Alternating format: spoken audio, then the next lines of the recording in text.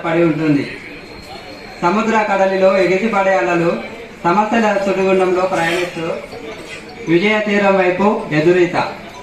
మానవ మనుగడలో గెలిపే ప్రధానం. తమ సమాజం కలిసేది గెలిపే. ఏ అవకాశం ఇచ్చిన వారికి ప్రత్యేకత. అనాథలకు సేవ చేయ ఆ దేవుడి కరుణించు. తిండి లేక మళ్ళీ కడుపు ఎన్నో బతుకులనెన్నో ఇందు ప్రాణముని నిలిపే ధర్మదాతలెందరిలో.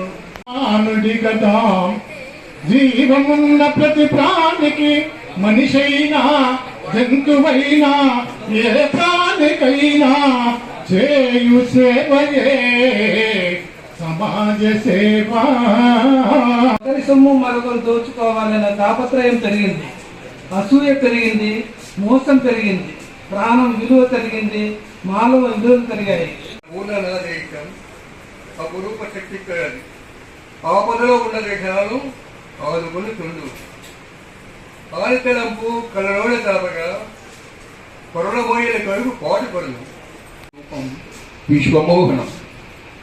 పూసిన పూలన్నీ గజలుగా మారుతుంటే ఒక్కొక్క భావం సుమధుర సుందర స్వప్నం. ఎంత చక్కగా రాస్తావు. ఎండ వెన్నెల కొండ కోనలను ఒక చోట దూసి ప్రకృతిలోకి దూరి దూరి చూస్తుంటావు. నా తెలుగు అక్షరం అన్న దాని మీద నేను రాశాను. ముక్తత్వం స్వచ్ఛతల మేలు కలయిక నా అక్షరం. అద్భుత వసంతయామినుల సాక్షాత్కారం. ఆదికవి నన్నయ్య నామకరణం చేసి సప్తార్థ సంగమం సప్తరత్నాకరంతో నిర్దేశించాడు. ఆ గజల్ను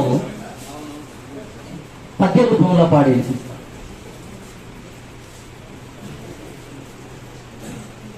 అమ్మా నన్ను కన్నందుకు నీ పాదాలకు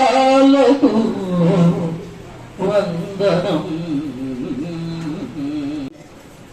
హృదయ భాష ప్రేమ తత్వానికి అంత కంటే కూడా వేరే ప్రక్రియ లేదు. ప్రేమతత్వాన్ని ఎక్స్ప్రెస్ చేసుకోవడం, మనిషిలో ఉప్పొంగే ప్రేమతత్వం అంటే భార్యాభర్త ప్రియురాలనే కాదు, మూల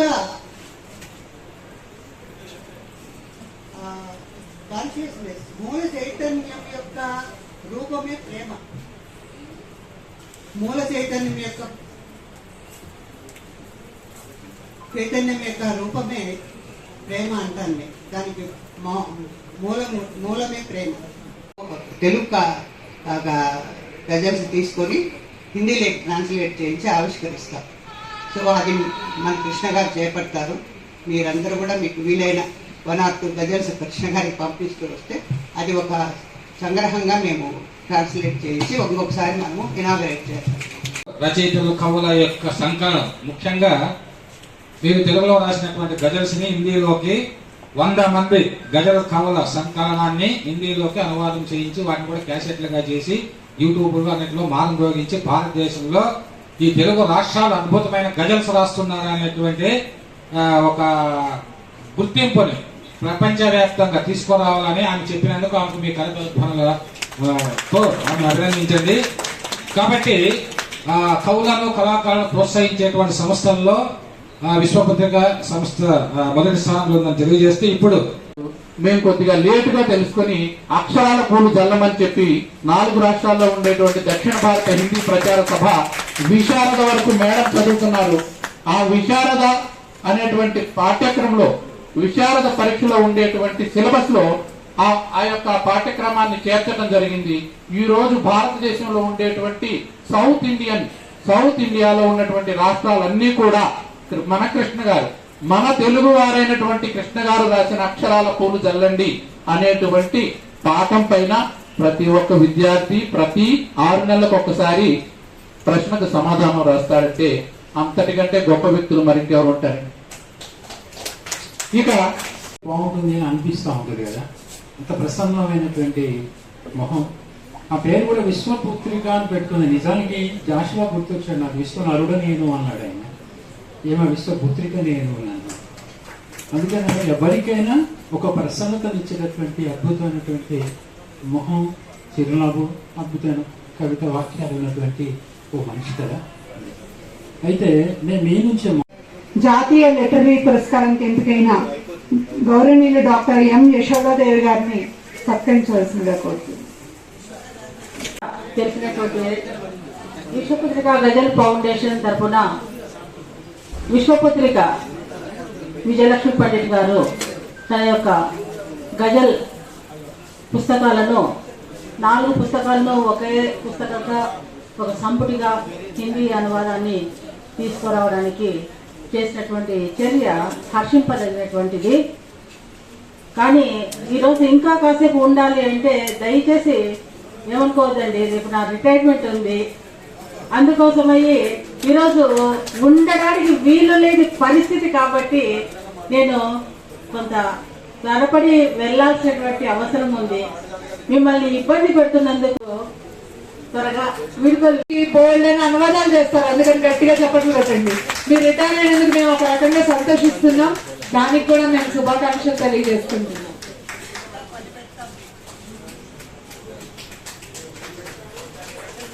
మీకు కూడా కొంచెం తొందరగానే ముగిస్తాము, మీరు టెన్షన్ పడకండి. సమయానుభవం వల్ల కిరీటం ధరిస్తున్నారు, దాని పేరు భాష ఎంత సర్వోన్నతంగా ఉంటుందంటే తెలుగు భాష ఇంత రమ్యంగా ఉంటుందా, ఇంత అద్భుతంగా ఉంటుందా. అది ఒక 1000 పాటలు రాసినటువంటి గీత రచయితగా నాకు ఎలా అనిపించిందంటే ఇది కదా భాష అంటే అనిపించింది. అంటే పురస్కారాలు అందజేస్తున్నాము మీ కర్తవ్యాల మధ్య.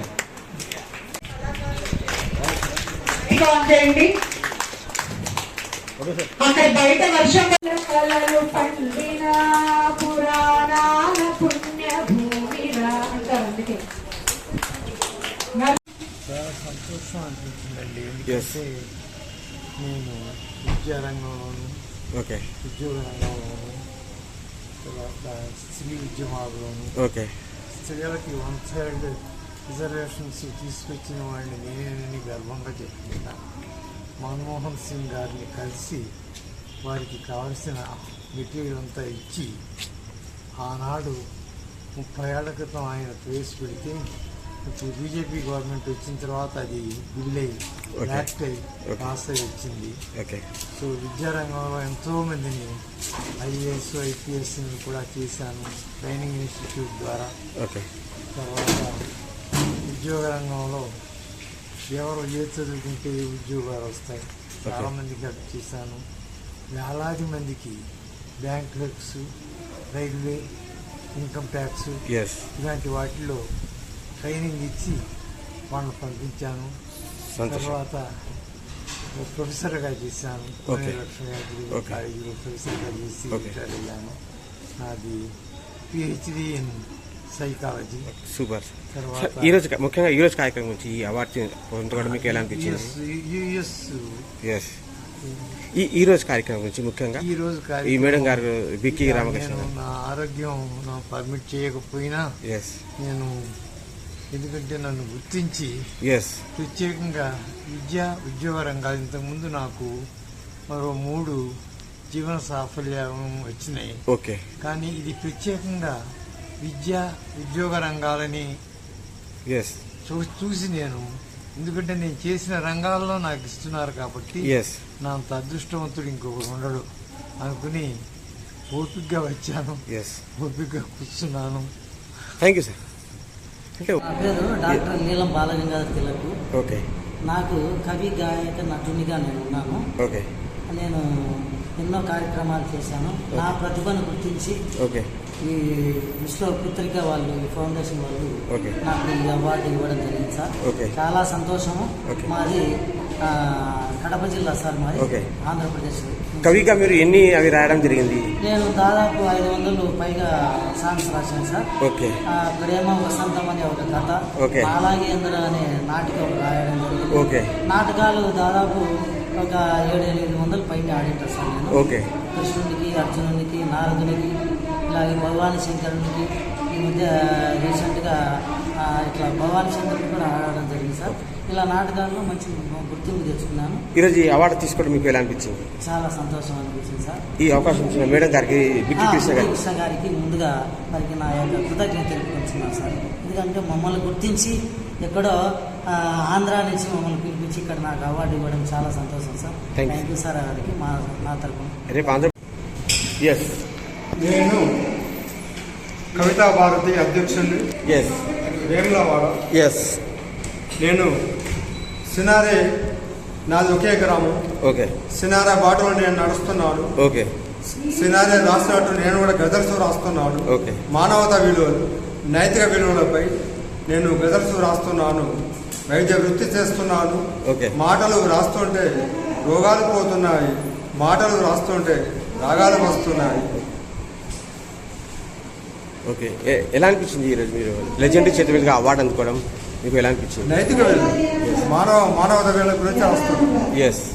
కన్నీరు కారుతుంటే తుడిచేది అమ్మనే కదా, కన్నీరు కారకుండా కవచమూల నాన్ననే కదా. ఇలా మానవత విలువ గురించి రాస్తున్నాం. Super sir, beautiful.